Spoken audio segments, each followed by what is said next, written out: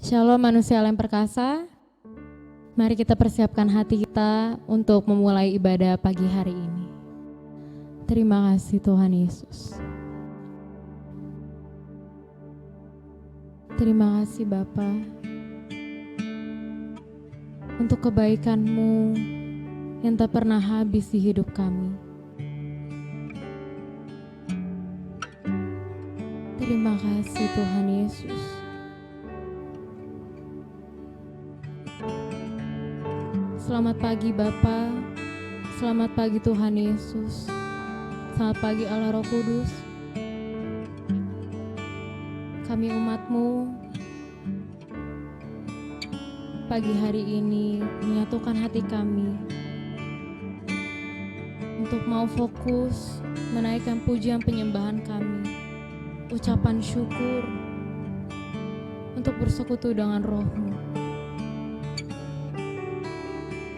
Biarlah Roh-Mu membawa kami lebih dalam lagi Tuhan, menikmati hadirat-Mu, terutama firman-Mu yang akan diberitakan dan disampaikan kepada kami. Terima kasih Bapa, Engkau telah memilih kami menjadi anak-anak-Mu. Kami telah diselamatkan dari belenggu dosa, belenggu maut. Sekarang kami bebas. Kami hidup di dalam firman-Mu. Terima kasih Bapa. Kami telah siap untuk menikmati ibadah ini. Hanya di dalam nama Tuhan Yesus Kristus. Kami berdoa dan mengucap syukur. Haleluya. Terima kasih Tuhan.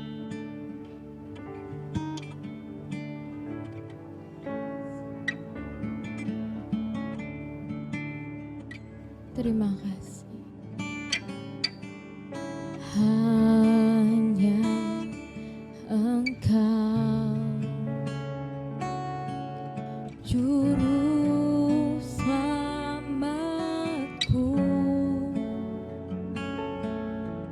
Tuhan Kau setia padaku.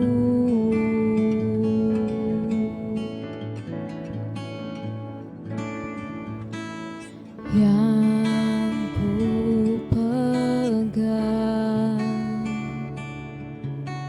hanya firman-Mu, ku percayakan hidupku.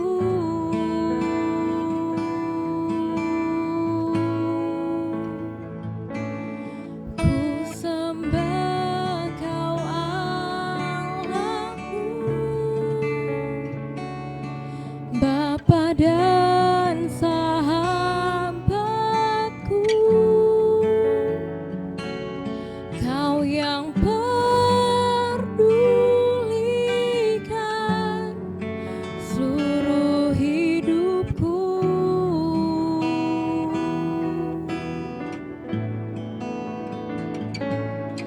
Walau lewati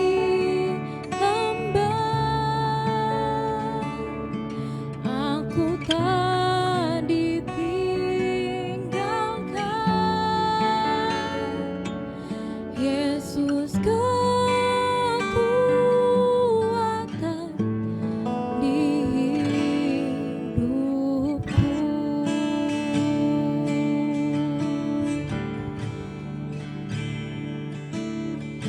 Hanya Engkau, Juru Selamatku, Tuhan Kau setia padaku.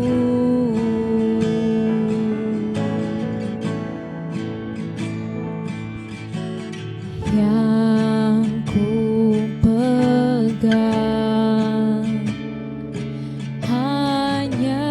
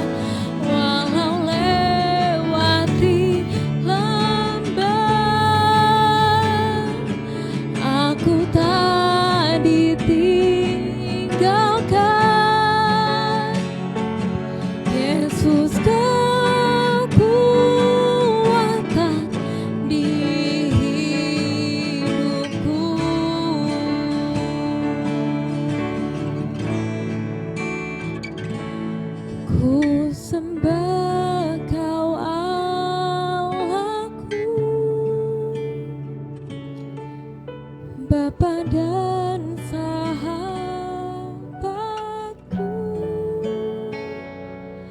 Kau yang pulihkan seluruh hidupku.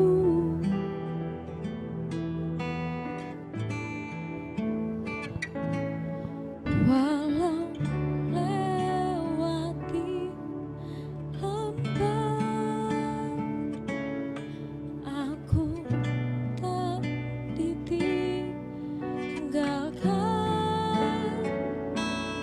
Yesus kekuatan di hidupku.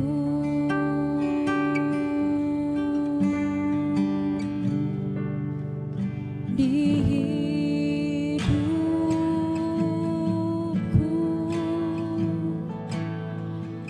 Kau selalu bersamaku di dalam setiap situasi.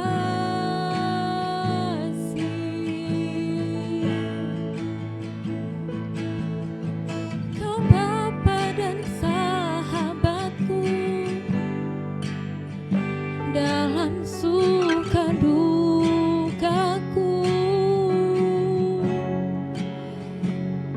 Firman-Mu menjadi kekuatan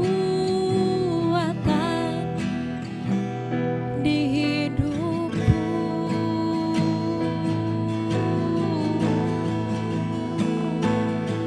Yesus, Yesus Tuhan, selamanya Kau Allah di hidupku.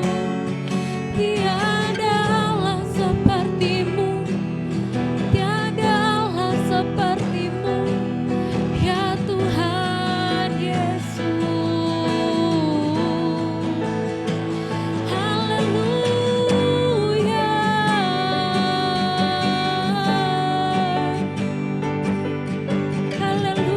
haleluya Tuhan. Shiriririri, hiaramaya shiriri. Haleluya. Yesus Tuhanku dan Rajaku, dipermuliakan nama-Mu selamanya. Haleluya, haleluya. Tuhanku yang mulia, Yesusku.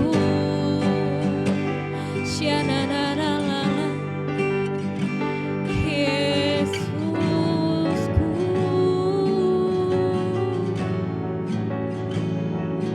Kau Allahku, Raja damai, Yesus namanya. Oh, bersama-Mu ku pasti menang. Bersama-Mu ku pasti menang. Tiada yang mustahil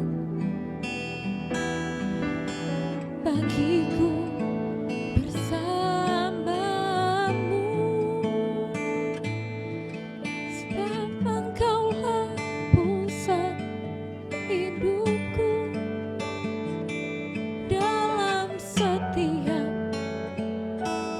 situasiku, tetaplah Kau Tuhan yang menjadi fokusku. Haleluya,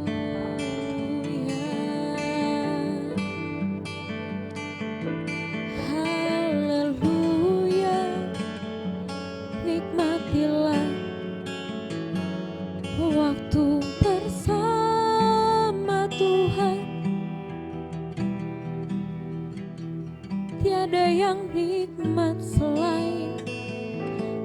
diam dalam hadirat-Mu,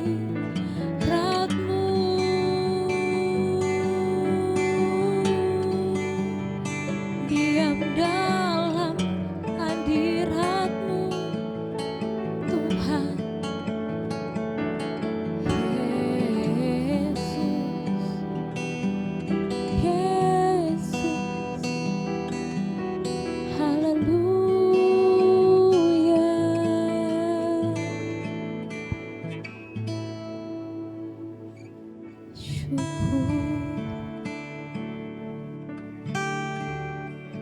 Kaulah segalanya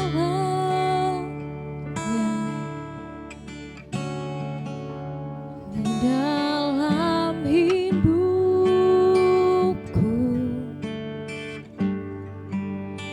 kerajaan-Mu, kebenaran-Mu itu bagianku.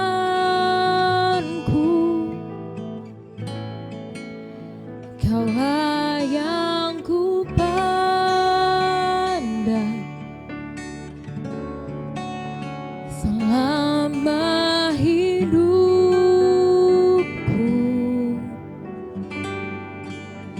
mengasihi-Mu, memuliakan-Mu, Bapa dan Raja.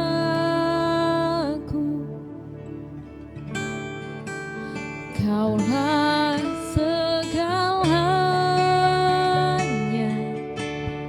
di dalamku, di dalam hidupku,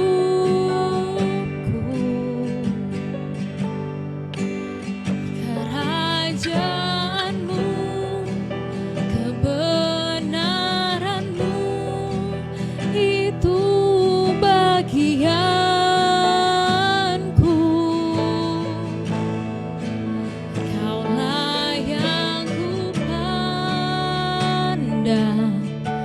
Selama hidupku,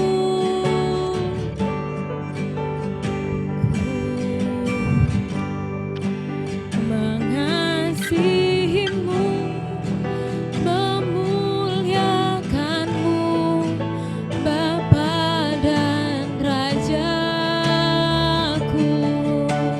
Kaulah segalanya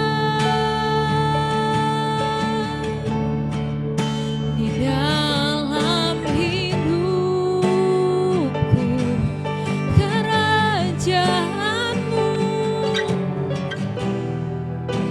kebenaran-Mu itu bagianku. Kaulah yang ku pandang selama hidupku. Tiada Allah seperti-Mu, memuliakan-Mu, Bapa dan Rajaku, mengasihi-Mu Tuhan, mengasihi-Mu, memuliakan-Mu, Bapa dan Rajaku, mengasihi-Mu, mengasihi-Mu, memuliakan-Mu, Bapa dan Rajaku.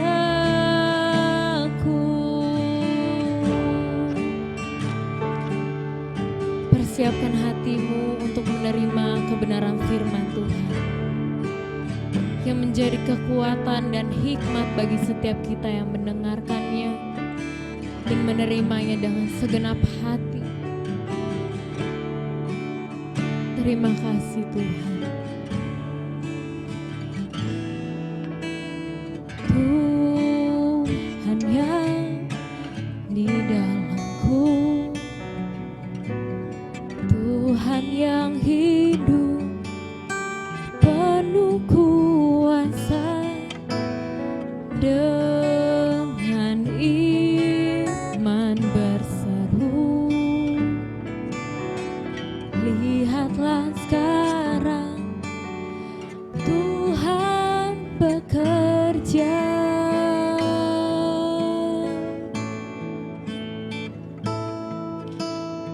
Tuhan yang di dalamku, Tuhan yang hidup penuh kuasa, dengan iman berseru. Lihatlah sekarang Tuhan bekerja.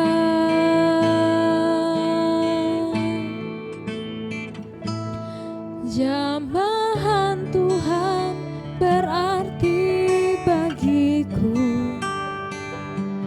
itu yang selalu menguatkanku. Ku andalkan firman-Mu, Yesus Tuhanku. Segenap hidupku percaya padamu. Mari kita angkat pujian ini dari awal. Tuhan yang besertaku, Tuhan yang hidup dan penuh kuasa, dengan iman berseru. Lihatlah sekarang Tuhan bekerja. Jamahan Tuhan berarti bagiku, itu yang selalu menguatkanku. Ku andalkan firman-Mu, Yesus Tuhanku. Segenap hidupku percaya padamu. Jamahan Tuhan berarti, sangat berarti, itu yang selalu menguatkan kita. Ku andalkan firman-Mu, Yesus Tuhanku. Segenap hidupku percaya padamu. Jamahan Tuhan berarti bagiku, itu yang selalu menguatkanku. Ku andalkan firman-Mu, Yesus Tuhanku. Segenap hidupku percaya padamu. Ku andalkan kuasa-Mu, Yesus Tuhanku. Segenap hidupku percaya padamu. Ku andalkan firman-Mu, Yesus Tuhanku. Segenap hidupku percaya padamu.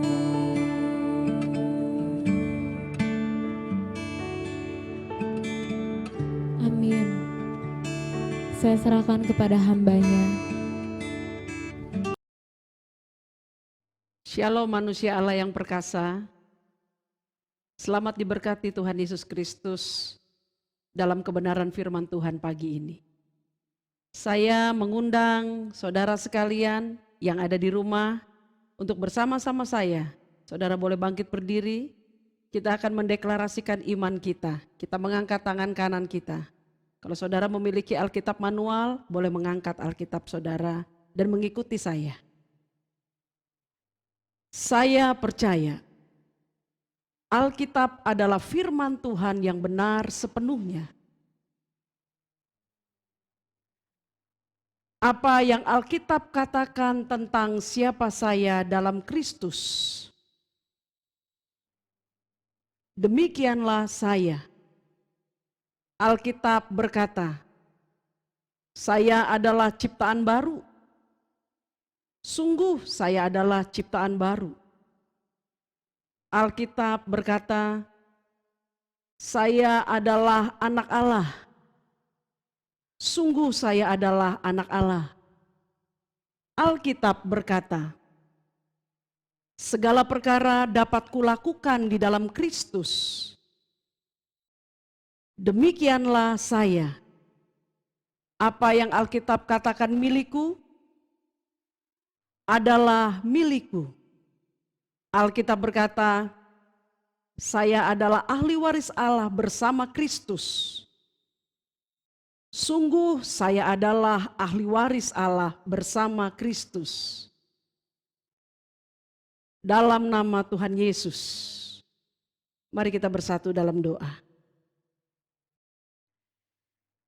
Bapa yang maha hebat, terima kasih banyak untuk kehadiran-Mu dalam ibadah kami dan juga di dalam diri kami. Engkau memberkati setiap kebenaran firman-Mu yang kami dengar pada pagi hari ini.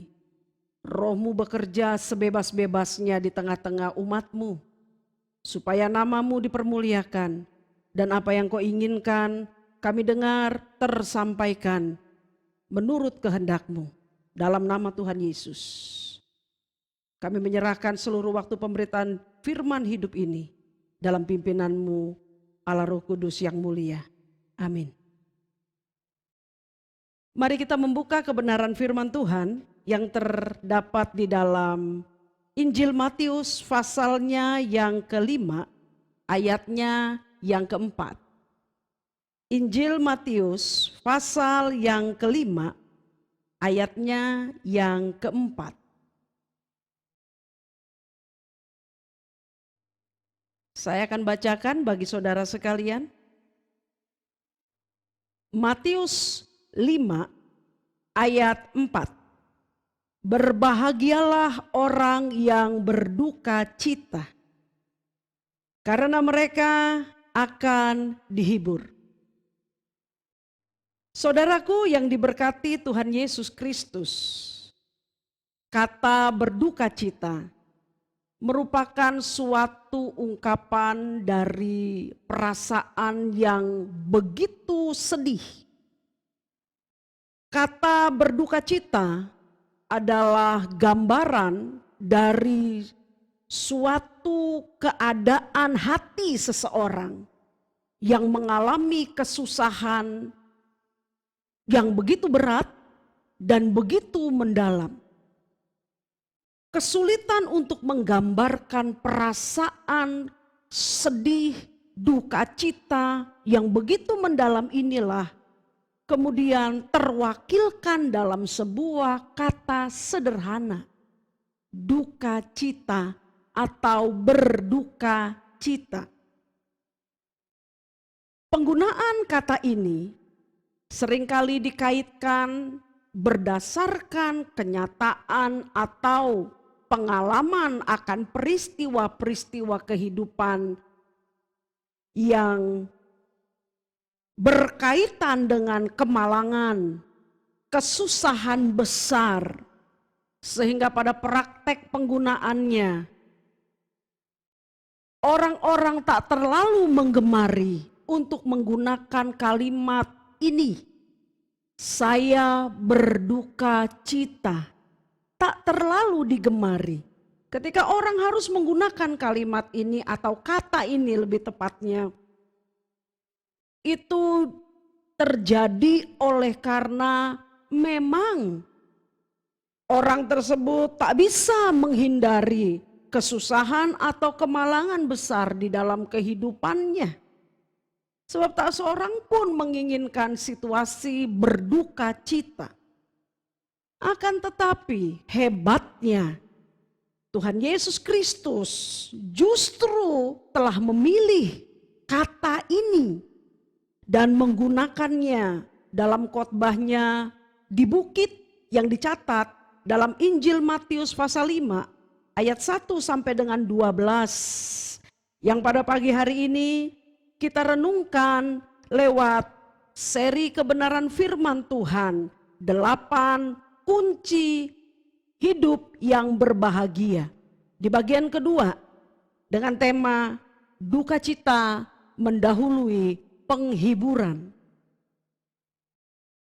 Oleh karena itu Tuhan Yesus mengatakan dengan sangat tegas dari kebenaran yang telah kita baca tadi, bahwasanya orang-orang yang berduka cita adalah mereka orang-orang yang berbahagia, sebab pada nantinya mereka yang berduka cita akan memperoleh penghiburan daripada Tuhan.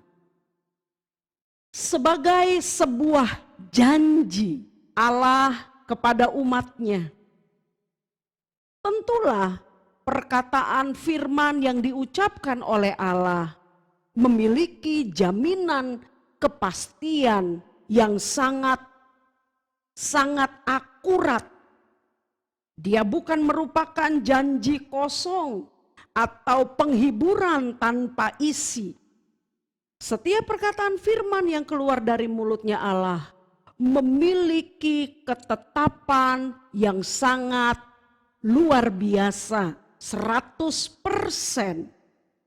Sebagaimana yang dikatakan di dalam Yesaya 55 ayat 11 berkaitan dengan ketepatan perkataan Allah. Di sana tertulis, demikianlah firmanku yang keluar dari mulutku.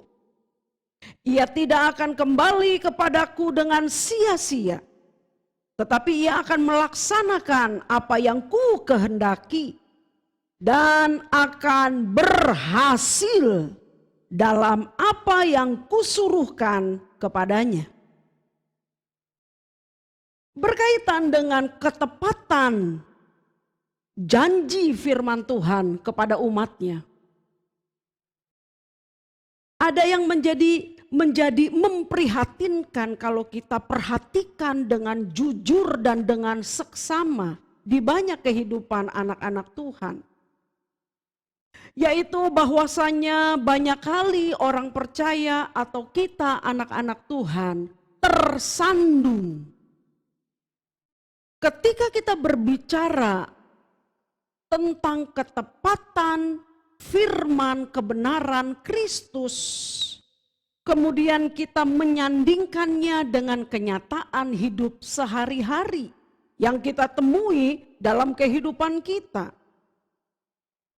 Ada begitu banyak anak-anak Tuhan, orang-orang percaya dalam tanda kutip, toh tidak menemukan, tidak menikmati dalam perjalanan kehidupannya bahwa firman Tuhan yang telah dikatakan Tuhan dengan ketepatan 100% itu terjadi di dalam kehidupannya.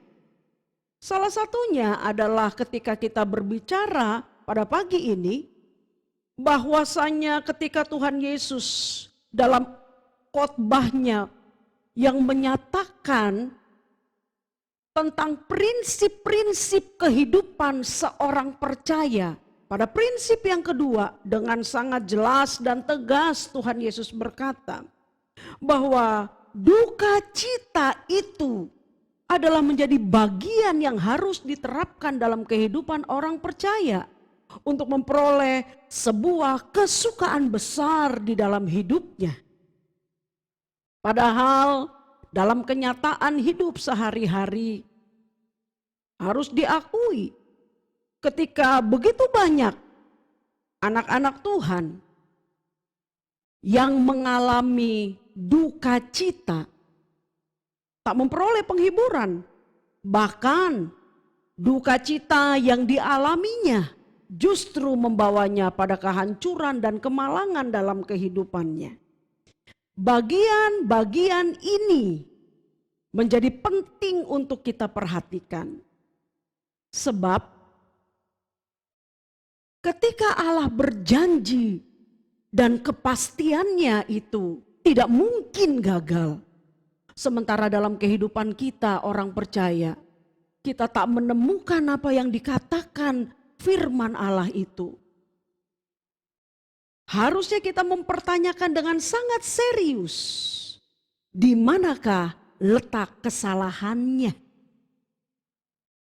Sebab ketika dia sudah berjanji, dia pasti menepati, tetapi bagi diri kita, kita belum menerimanya. Untuk itu saudaraku yang diberkati Tuhan Yesus Kristus, berkaitan dengan kunci kebahagiaan yang kedua ini, maka ada hal-hal yang harus kita pahami supaya lewat pemahaman berdasarkan kebenaran firman Allah, kita dibawa bukan cuma sekedar untuk paham, bukan cuma sekedar untuk mengerti, bukan cuma sekedar untuk tahu, tetapi lebih daripada itu, kita dibawa untuk memasuki sekaligus menikmati kehebatan dari kebenaran firman Tuhan yang pasti itu. Berkaitan dengan hal ini, ketika kebenaran firman berkaitan dengan berbahagialah orang yang berduka cita, sebab mereka akan dihiburkan. Sementara pada kenyataannya tak terlalu banyak orang percaya yang mengalami hal ini. Maka penjelasan yang pertama yang penting untuk kita mengerti dan pahami adalah bahwasanya kita harus memahami ada dua jenis duka cita dalam kehidupan ini. Duka cita yang pertama adalah duka cita yang berasal dari dunia, produksi dunia. Duka cita kedua adalah duka cita yang berasal dari Allah. Duka cita yang memperkenankan hati Allah. Duka cita yang kemudian membuahkan sukacita besar karena penghiburan Allah terjadi dalam duka cita yang berasal daripada Allah ini. Untuk bagian pertama ini, saya mengajak kita semua sahabat yang diberkati Tuhan Yesus Kristus, jemaat Tuhan, untuk mengenang sebuah peristiwa penting yang terjadi dalam diri seorang murid Tuhan Yesus Kristus, yaitu Yudas Iskariot. Satu dari 12 murid Tuhan Yesus Kristus.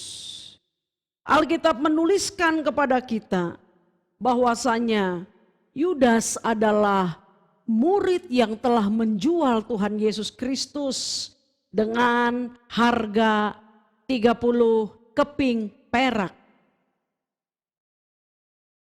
Ada beberapa orang mencoba untuk memberikan sebuah tafsiran atau semacam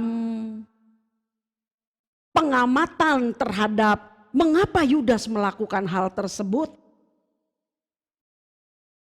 Bagi saya tidak mengatakan atau saya tidak mengkhotbahkan semua tafsiran-tafsiran mereka, akan tetapi saya memilih ada dua yang kira-kira saya perhatikan.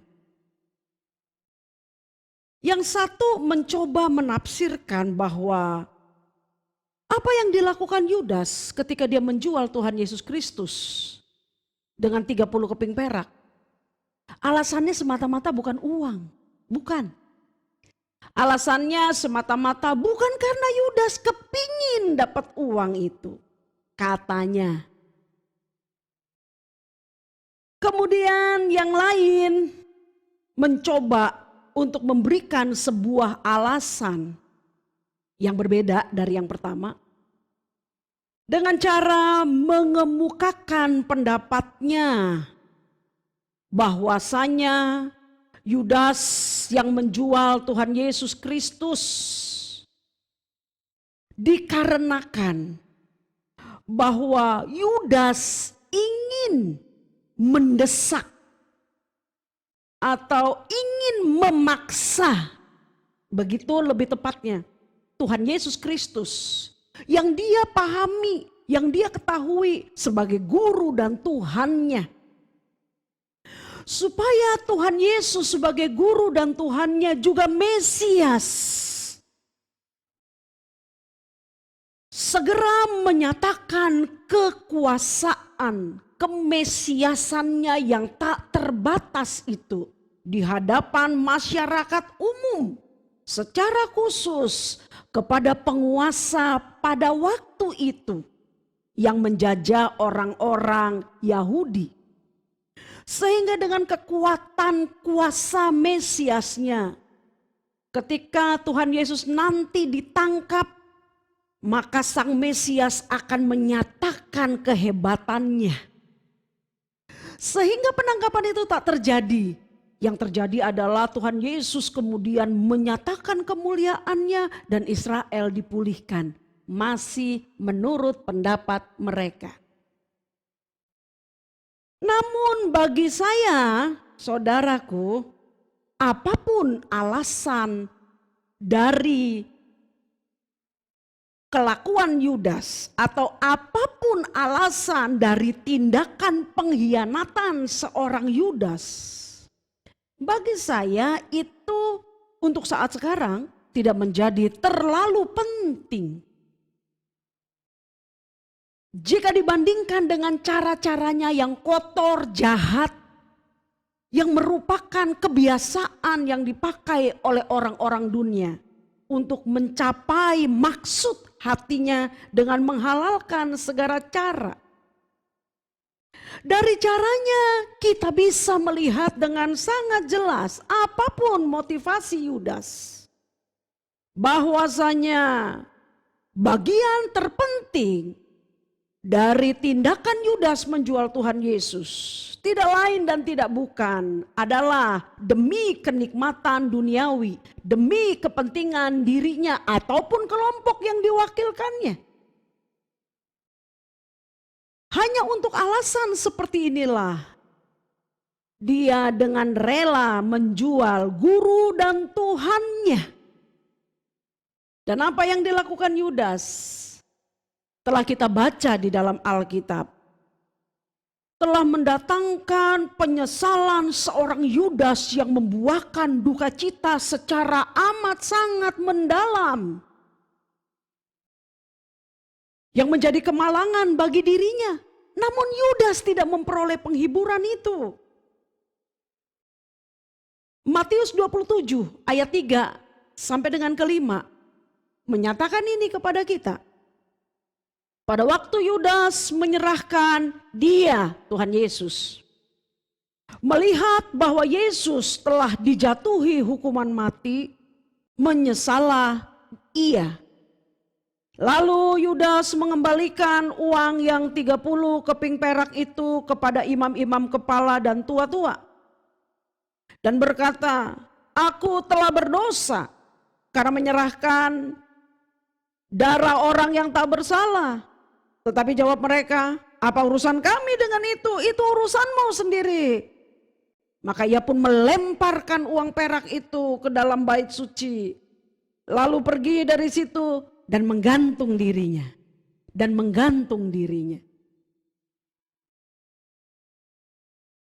Tak memperoleh penghiburan. Penyesalan mendalam seorang Yudas yang menghasilkan duka cita yang luar biasa bagi dirinya, membuat Yudas telah memilih dengan pasti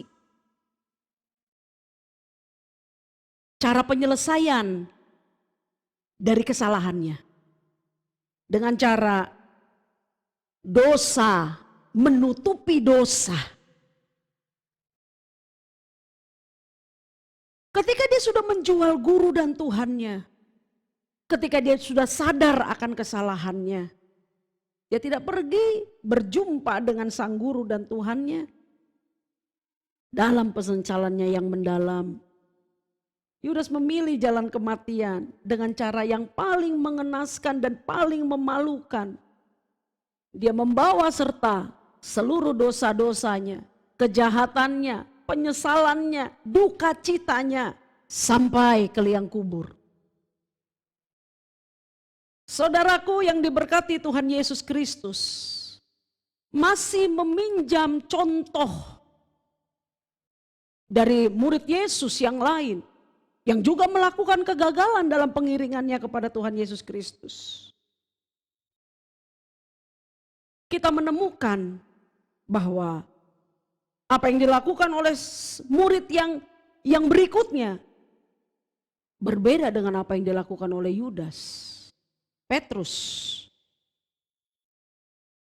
setelah penyangkalannya 3 kali bahwa dia mengenal Tuhan Yesus Kristus sebagai gurunya, orang yang dia ikuti selama ini. Dalam peristiwa Tuhan Yesus diadili di hadapan imam besar, Petrus yang mengikuti dari jauh ditanya oleh orang, "Engkau kan salah satu dari kelompok orang tersebut." Dengan spontan Petrus mengatakan, "Aku tidak kenal dia. Aku tidak kenal dia." Bahkan dia sampai kepada bersumpah, "Sungguh aku tidak pernah mengenalnya." Sumpah palsu, saudara, untuk mendukung ucapan dustanya. Kemudian ketika peristiwa ini sudah berlalu, sudah terlewati dan sudah terjadi, para penulis Injil sebagai saksi mata di peristiwa itu mewariskan kepada kita kebenaran penting dari peristiwa penyangkalan Petrus kepada guru dan Tuhannya. Matius dan Lukas berkata bahwa ketika Petrus setelah dia menyangkali Tuhan Yesus sebagai guru dan Tuhannya, dan dia tersadar setelah penyangkalan itu, dikatakan bahwa Petrus pergi keluar dan menangis dengan sedihnya. Markus berkata bahwa kemudian Petrus menangis dengan terseduh-seduh, menangis dengan amat sangat sedihnya. Menyesal sekali? Pasti. Amat sangat menyesal. Penyesalan yang sama yang juga dialami oleh seorang Yudas. Namun ada yang sangat berbeda dari penyesalan Petrus dan penyesalan Yudas. Dalam kesedihannya yang melahirkan duka cita yang sangat mendalam, Petrus tidak menutup dosa dengan dosa. Saudara, perhatikan kalimat ini. Petrus setelah melakukan kesalahan, dia tidak menutup dosa dengan dosa.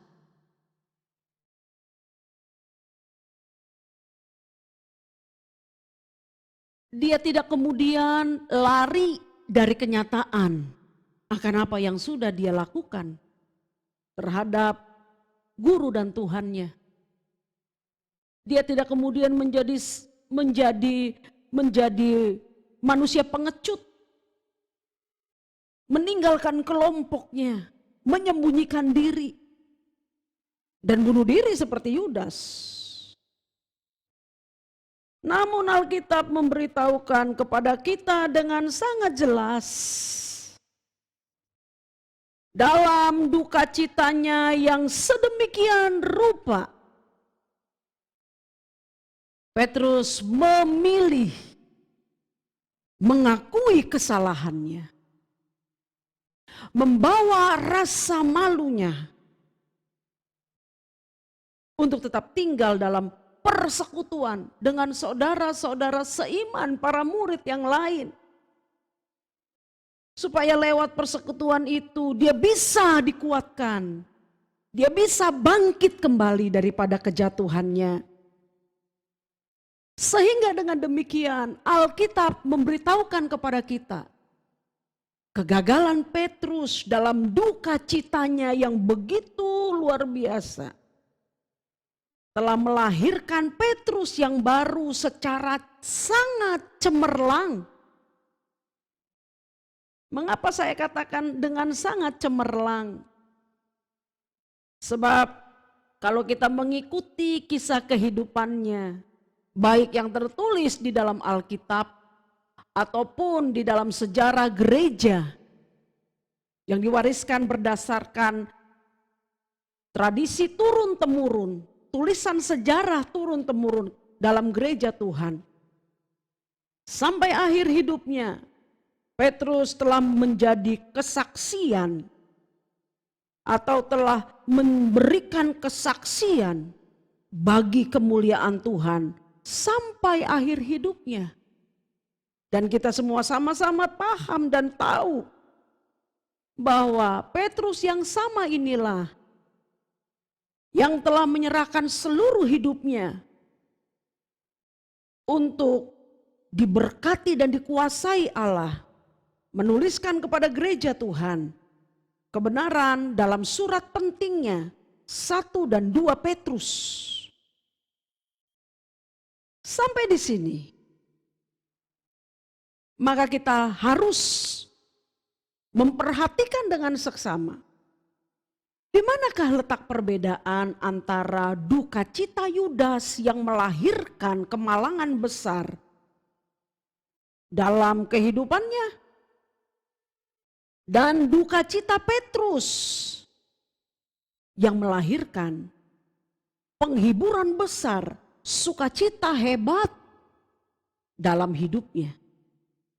Untuk itu maka bagian kedua yang perlu kita pahami bersama adalah perbedaan duka cita Yudas dan duka cita Petrus terletak pada alasan yang melahirkan perasaan duka cita itu dalam diri mereka masing-masing. Saya ulangi sekali lagi. Perbedaannya terletak pada alasan yang melahirkan duka cita itu dalam hati mereka masing-masing. Kita melihat terlebih dahulu duka cita Yudas. Kalau tadi saya mengatakan ada 2 duka cita yang harus kita pahami. Duka cita duniawi dan duka cita rohani yang diperkenankan oleh Allah. Yudas mewakili duka cita yang saya sebutkan, duka cita duniawi. Apa itu duka cita duniawi? Sederhana saja. Ketika seseorang bersedih, berduka cita untuk alasan duniawi, mungkin ketika apa yang dikehendakinya, apa yang diinginkannya, apa yang menjadi hasrat hatinya tidak terlaksana, dia menjadi begitu berduka cita. Atau mungkin saja ketika dia merasa bahwa dirinya tidak sesukses orang lain, tidak seberuang, maksudnya memiliki banyak uang, tidak seberuang orang lain, tak kaya raya seperti orang lain. Atau ketika dirinya miskin secara jasmani, tidak populer, tidak memiliki kekuasaan, tidak dianggap penting, tidak seterhormat orang lain, tidak bisa melakukan apapun yang dia inginkan, yang dia kehendaki, dan sebagainya. Ketika seseorang atas alasan-alasan yang saya katakan ini, kemudian menganggap hidupnya adalah sebuah hidup yang gagal, hidup yang hancur, hidup yang tidak memiliki pengharapan, sehingga dia berduka cita atas hidup yang seperti ini, atas alasan ini, percayalah, orang tersebut telah menjadikan dunia sebagai fokus hidupnya. Dunia sebagai rumah abadinya. Sehingga apapun yang dia lakukan, apapun yang dia kejar, apapun yang dia perjuangkan dalam kehidupannya, tak ada Allah. Yang ada adalah bagaimana aku disenangkan, bagaimana aku dipentingkan, bagaimana aku dihormati, bagaimana aku. Yang ada adalah bagaimana aku.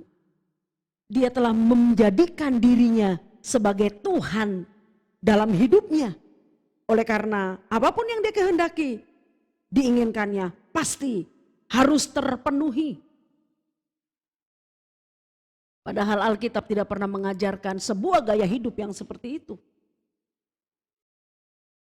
Alkitab dalam Tuhan Yesus Kristus lewat firman kebenarannya mengajarkan kepada kita,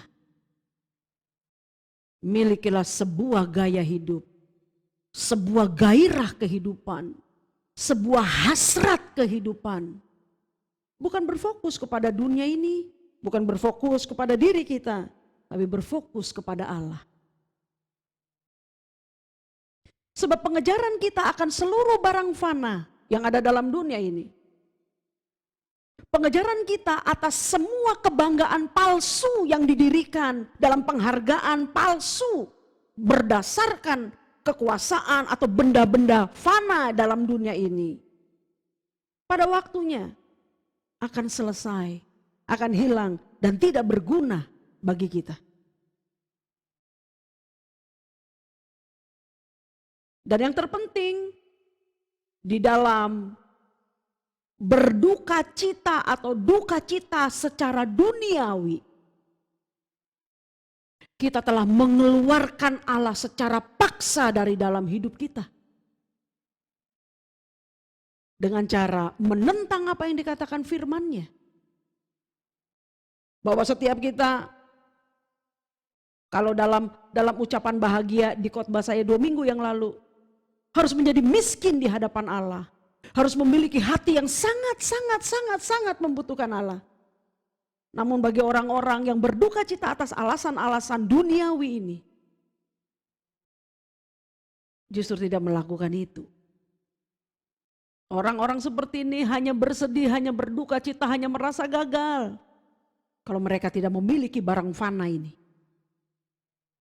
Dengan demikian ketika Allah dikeluarkan secara paksa dalam hidup orang percaya yang seperti ini, maka tentulah kepastian firman Tuhan yang dikatakan Tuhan Yesus dalam ucapan berbahagianya yang kedua, bahwa berbahagialah kamu yang berduka cita karena kamu akan dihiburkan. Tidak mungkin bisa terjadi atau terwujud dalam diri pribadi orang tersebut. Mengapakah demikian? Oleh sebab dia berada di luar firman Tuhan. Sehingga firman Tuhan tidak bisa mewujudkan apa yang dikatakannya. Oleh karena kita menolak secara sadar. Inilah yang telah dilakukan oleh seorang Yudas Iskariot. Ketika dia menemukan dirinya bersalah, dirinya berdosa dan dia menyesal luar biasa. Alasan-alasan duniawi yang memotivasinya dengan cara-cara kotor tadi itu telah memimpinnya untuk menyelesaikan penyesalan dan duka cita yang dirasakannya itu berkaitan dengan pengkhianatannya kepada Tuhan Yesus Kristus dengan cara-cara dunia pula. Maka dia memutuskan untuk menggantung dirinya. Sehingga dia tidak pernah menemukan Hebatnya firman mengubah hidupnya. Yang kedua, duka cita yang daripada Allah. Ini duka cita yang hebat, saudara. Duka cita yang dari Allah. Duka cita yang diperkenankan Allah. Itu yang dimiliki Petrus. Apa itu duka cita yang daripada Allah? Yang kepadanya Tuhan Yesus berjanji, kamu akan diberikan penghiburan besar. Duka cita yang daripada Allah adalah sebuah perasaan duka cita, kegagalan dalam hidup ini yang sangat mendalam. Oleh karena perkara-perkara ilahi atau duka cita yang didirikan atas kebutuhan akan Tuhan sebagai pencarian seluruh hidup yang terpenting. Maka ketika orang tersebut atau ketika kita menemukan bahwa dalam perjalanan pengiringan kita akan pribadi Tuhan Yesus Kristus, rasanya lambat sekali untuk bertumbuh. Atau ketika kita menemukan dalam kehidupan kita kesulitan untuk menjadikan firman sebagai isi hati kita, isi pikiran kita, isi perkataan kita, dan isi tindakan atau perbuatan kita. Bahasa gampangnya adalah ketika kita menemukan kesulitan menjadi seia sekata dengan Tuhan, keadaan ini sangat memilukan hati kita. Menjadi perenungan kita dalam hari-hari hidup kita. Menjadi rintihan bagi jiwa kita. Menjadi jeritan bagi manusia batinnya kita. Atau menjadi duka cita yang terdalam.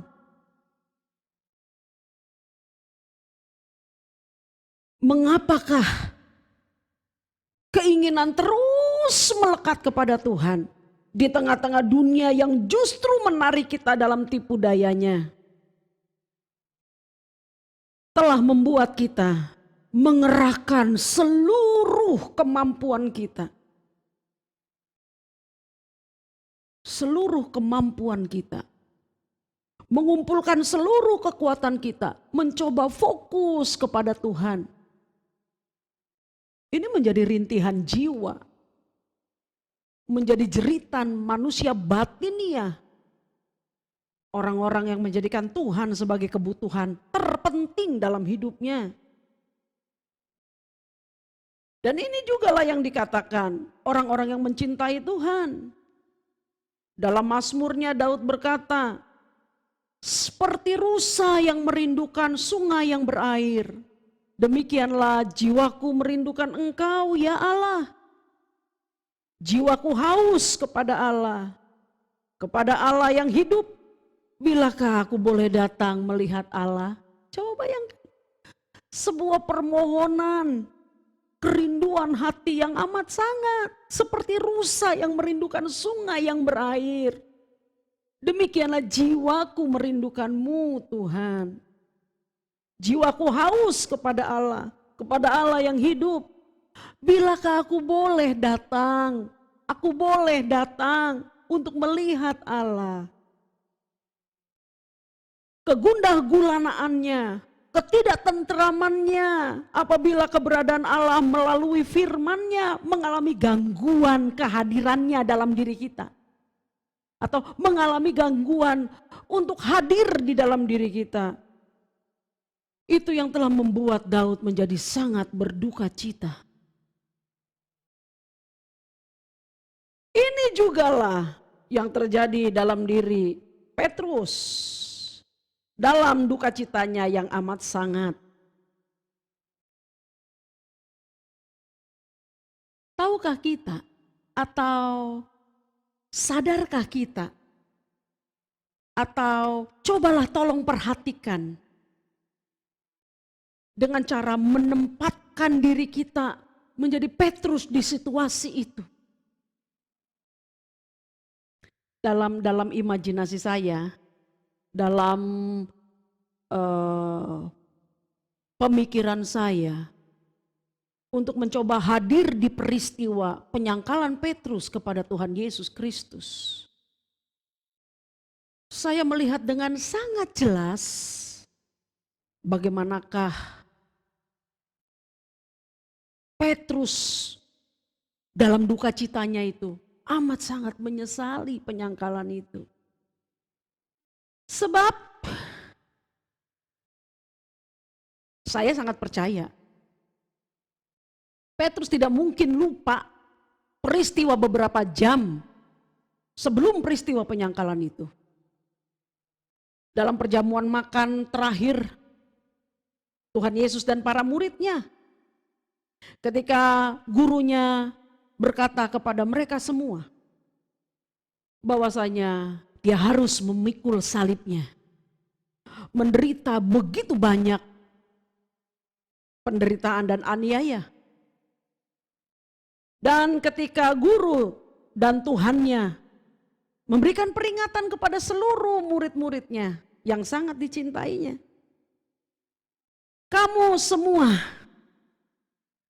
akan tergoncang imanmu.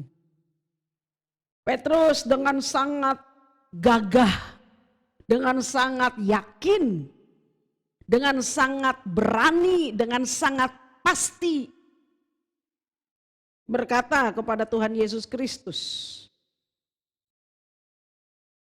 sekalipun aku harus mati bersama-sama engkau, aku tak akan menyangkal engkau.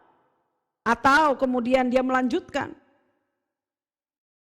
bahwa kalaupun mereka semua menyangkal, dia akan tetap berdiri bersama-sama dengan Tuhan Yesus Kristus. Kemudian Tuhan Yesus berkata kepada dia, kamu akan menyangkali aku 3 kali.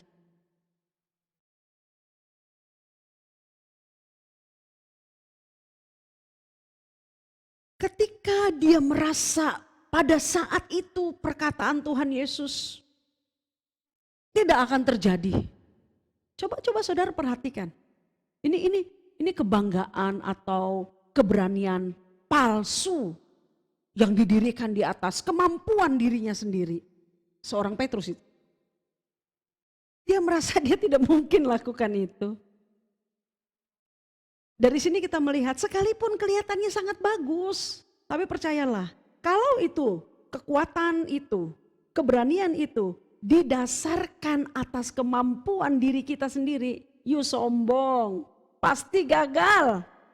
Sebab tak ada seorang pun yang sanggup berdiri dengan tegar sampai akhirnya di pengiringannya akan Tuhan.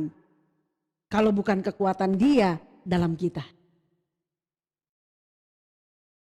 Maka setelah peristiwa penyangkalan itu, ketika dia telah menyangkali Tuhan Yesus 3 kali.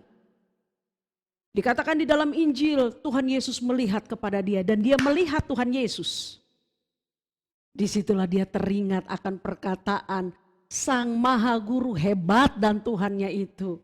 Bahwa kamu akan menyangkali aku 3 kali. Betapa menyesalnya Petrus. Rasanya jiwanya tergoncang pada saat itu. Sebab penyangkalan itu tidak pernah direncanakan Petrus. Tidak pernah hadir dalam pikirannya sedikit pun.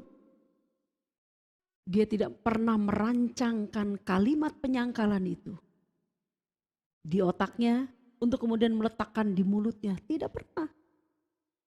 Meluncur begitu saja.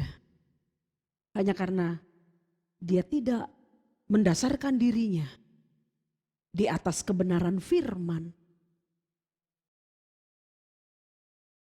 Namun ketika dia menyadari akan kesalahannya, akan dosanya, tangis penyesalannya yang lahir dari duka cita terdalam, memimpin Petrus mengucapkan doa yang paling tulus di hadapan Tuhannya. Ampunilah aku, karena aku berdosa kepadamu Tuhan. Dan doa itu telah diperkenankan dan didengar Allah. Lahir dari sebuah ketulusan hati. Itu sebabnya sahabat, jemaat Tuhan yang diberkati dan dikasihi Tuhan Yesus Kristus. Sebelum Tuhan Yesus naik ke surga, Tuhan Yesus telah secara khusus berbicara dan menyiapkan Petrus dalam pertobatannya di pertemuan bersama murid-murid di tepi Danau Tiberias. Lewat pertanyaan yang sama 3 kali. Tuhan Yesus berkata kepada Petrus, Simon Petrus, Simon anak Yohanes, apakah engkau mengasihi aku lebih daripada mereka ini? 3 kali loh saudara. Kepada Simon Petrus, Simon anak Yohanes, apakah engkau mengasihi aku lebih daripada mereka semua ini?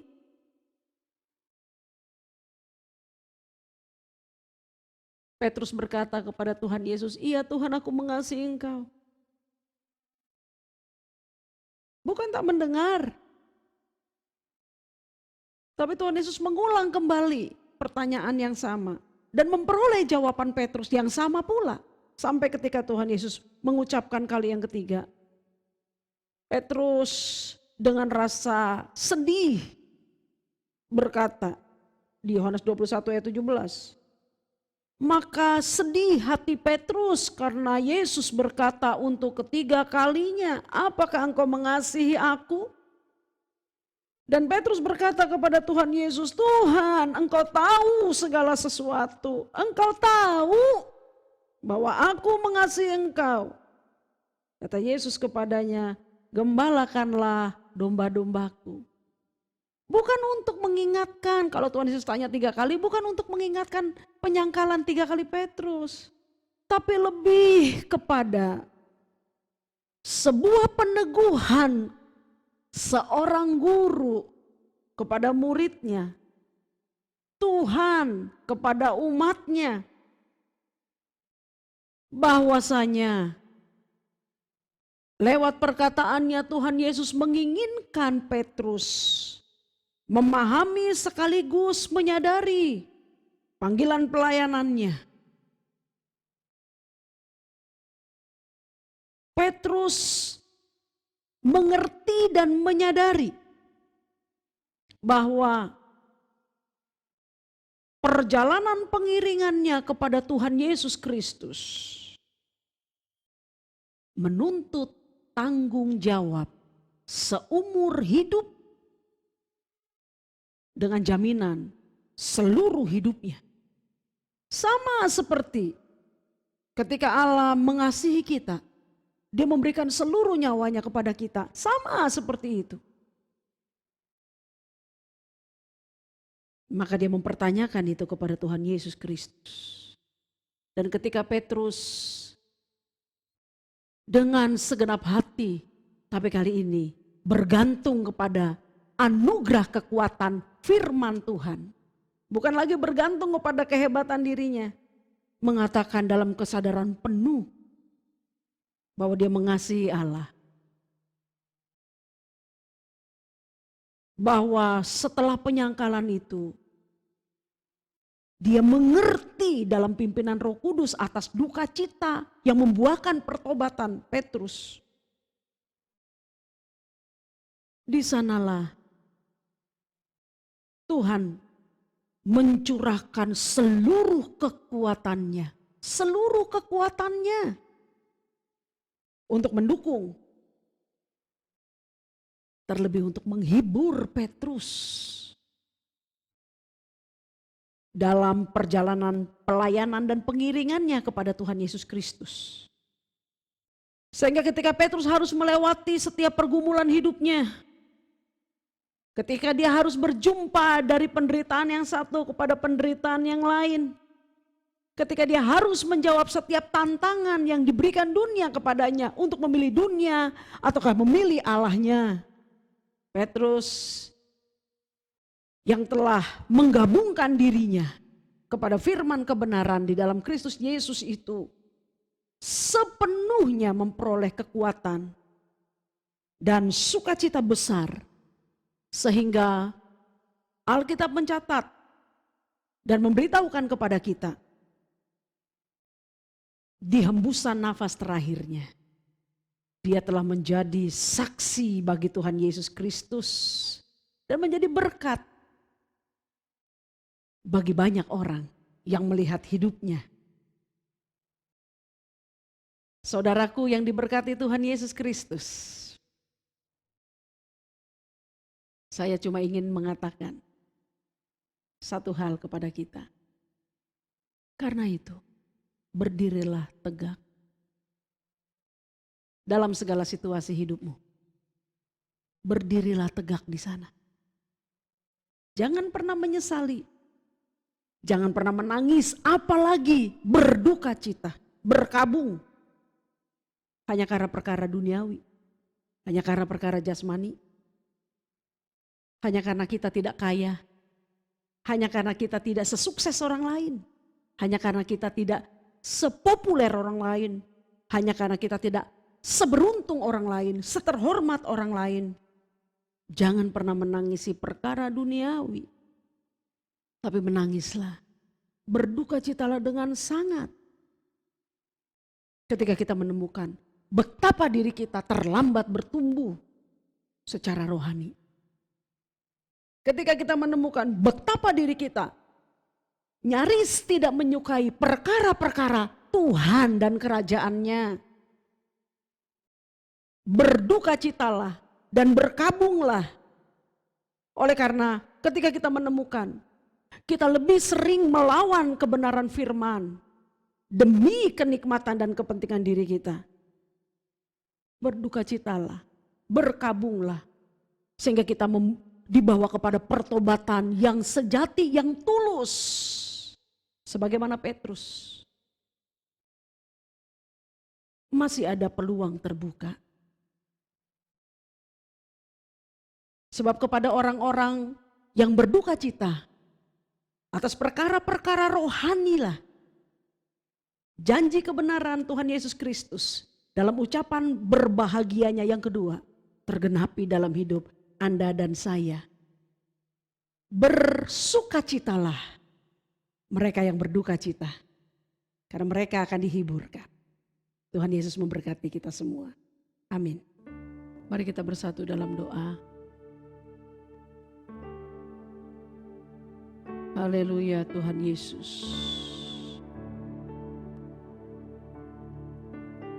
Saya mengajak saudara sekalian untuk menaikkan pujian.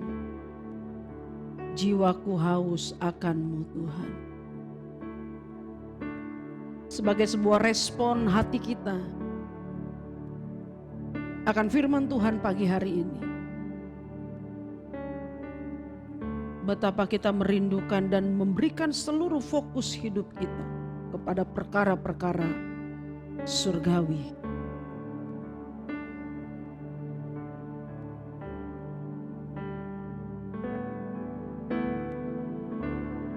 Jiwaku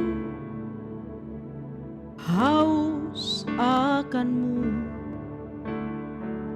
akan Allahku yang hidup. Tubuhku rindu padamu seperti rusa merindukan sungai yang berair.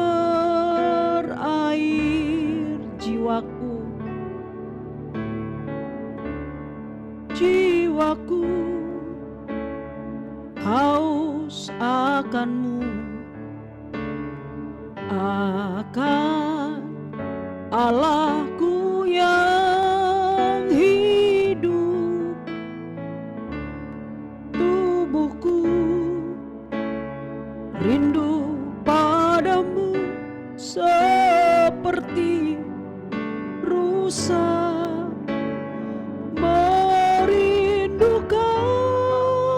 sungai yang berair.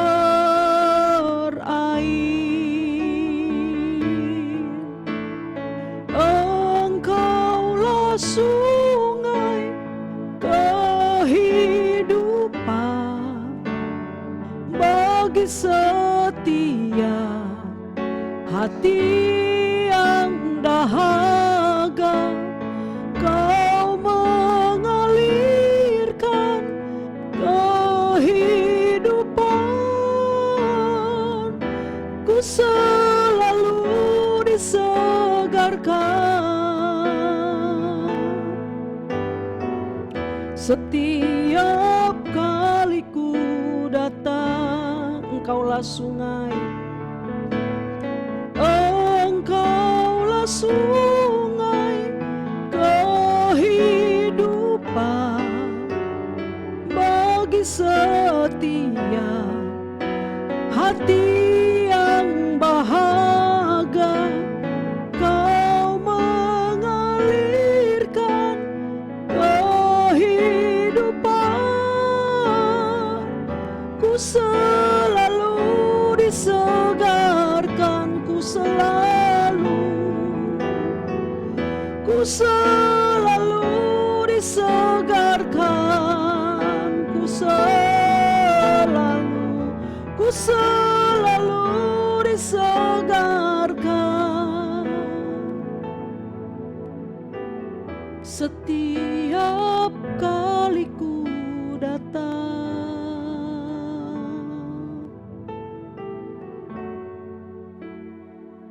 Bapa,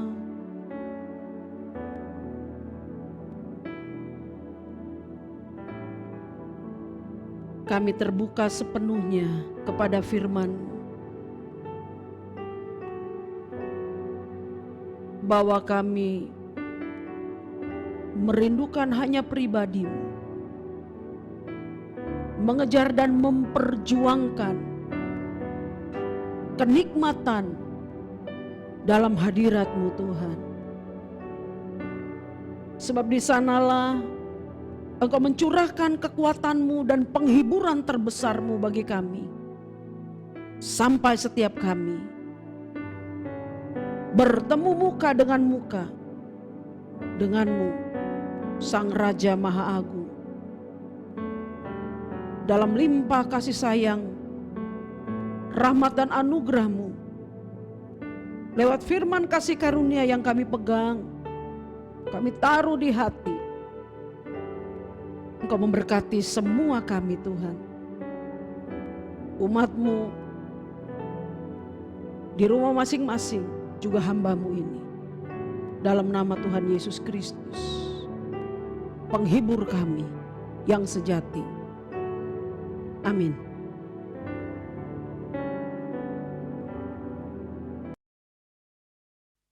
Shalom manusia Allah yang berkasa, jadilah kuat oleh penghiburan Tuhan. Tuhanlah sukacita kita. Sukacita Tuhan adalah kekuatan kita. Itu saudaraku dikasih Tuhan tetap tinggal dalam firman-Nya. Mari kita menutup ibadah kita dan kita menerima berkat dari Tuhan. Arahkan hati dan pikiranmu, Bapak saudaraku dikasih Tuhan. Jika ada di antara Bapak saudara yang kurang sehat badanmu, taruh tanganmu di bagian yang sakit dan terimalah kesembuhanmu. Bapak terima kasih untuk anugerah melimpah atas kami, untuk penghiburan, kekuatan, sukacita daripada firman dan roh-Mu. Terima kasih Bapak. Berdoa untuk anak-anak-Mu yang di rumah masing-masing, mungkin antara mereka yang kurang sehat, Tuhan menjamah mereka satu persatu. Mereka menaruh tangan di bagian yang sakit, kesembuhan terjadi dalam hidup mereka, dalam tubuh mereka. Dalam nama Tuhan Yesus aku perintahkan semua sakit penyakit tinggalkan tubuh anak-anak Tuhan. Dalam nama Tuhan Yesus Kristus jadilah sembuh. Sekarang ulurkan tangan-Mu Tuhan, berkat atas kami semua. Pada kekasih Kristus, arahkan hati dan pikiranmu dan terimalah berkat Tuhan. Turunlah segala berkat anugerah yang limpah dari Bapa di surga. Cinta kasih dari Tuhan kita Yesus Kristus dan persekutuan dengan Roh Kudus tinggal serta dengan kita, sekarang dan seterusnya sampai selama-lamanya. Dikuatkan rohmu, disejahterakan hatimu, disegarkan jiwamu, disehatkan tubuhmu, diberkati rumah tanggamu, diberkati pekerjaan buah tanganmu, diberkati studimu, diberkati seluruh hidupmu.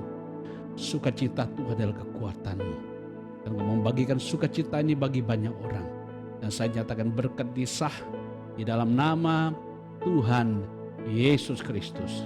Haleluya. Amin. Amin.